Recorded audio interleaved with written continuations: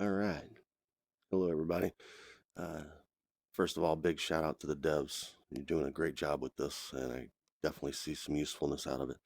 Um, so now that I've got it installed, I've been on the Discord and see a bunch of kind of common questions. One is not having the ability to turn very well. Kind of depends on your office setup, I guess. But what I do is I place my physical chair um, close enough to the whiteboard so that I can write on it if I need to. I can stand up and write, whatever. And I have a little space to move left and right. My office is not that big, but I can access the whiteboard fairly easily. Um, and then when I need to face the camera, I just pivot in my chair. Now I'm using the Oculus CV1, and it's got the cord. It's not the Quest, my cord is actually tethered to the ceiling on a little pulley system. And as long as I pivot the same way every time or on the same side, I don't have to worry about the cord getting twisted up and tangled up. If I sit here and do circles, then yeah, we'll get twisted. Anyway, that's how I deal with the space issue or the physical space issue. And the camera in the default position works great. I've moved it around and I find that I have a difficult time getting it back to centered on the whiteboard. The next issue that people were bringing up was the ability to share their screen or PowerPoint presentations or whatever it may be. Well, first, let me get to Zoom meeting and switching your video around, and then we'll share our screen from there. So to access my desktop using the Oculus CV1 touch controller, you can hit the left menu button here, and that brings up, I think this is the Steam menu. And from here, you can choose which desktop you want to view. Desktop 2 is where I'm recording. Ooh.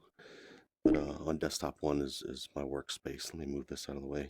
That's Snagit, which I'm using to record the screen. Um, so from this desktop, you can use your touch controller to point and click as a mouse.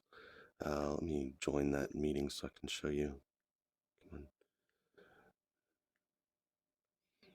Once you're in a meeting, if you want to share your video, sorry, this normally wouldn't be there.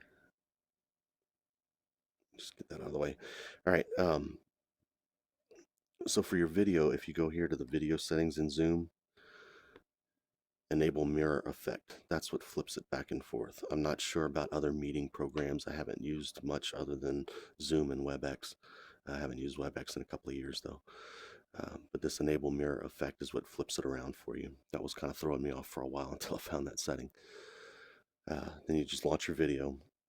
And of course, it's set up as Unity Cam. I've already got it all set up and everything, so I'm not going to go through the setup process.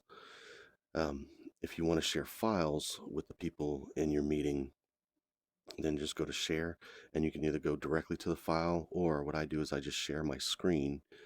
This is screen 1, right? So I'll share my entire screen. So now my users are going to see my entire screen. And what I would have, actually, I would share screen 2, and I would have my PowerPoint presentation already pulled up and ready to go on screen 2. But since I'm recording, it's not there.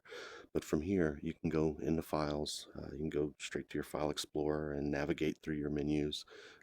You can double click by using the trigger, and then you can launch your presentation. You can use your thumbstick to go back and forth through the slides. But quick note on that, it takes a very slight press of the thumbstick to jump one slide. If you press it all the way down, you jump multiple slides. So I wouldn't really recommend using the thumbstick to go back and forth with the slides. What you can do is down here at the bottom left of PowerPoint, you can advance a single slide at a time. Now, right now, you're seeing what I'm seeing because that's how I'm recording it. But the users in the Zoom meeting are only going to see what's on the screen here. Like I said, you can advance your slides. There is no escape button, and this virtual keyboard doesn't have an escape button as well. So to exit this full screen, you actually have to come down here and click End Show, and then you can go back there.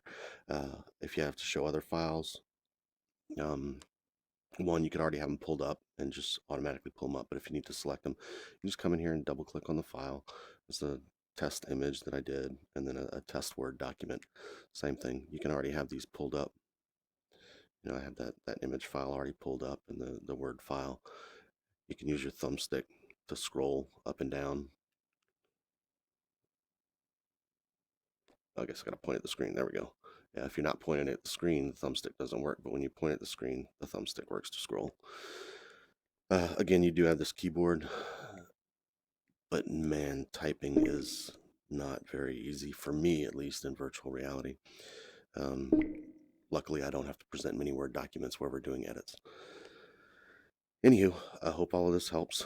I'm going to shut this down now. Actually, let me go here and I will stop recording my video. Thanks for your time. Again, Devs, you're doing an awesome job. Thanks, man. Keep it up. Later.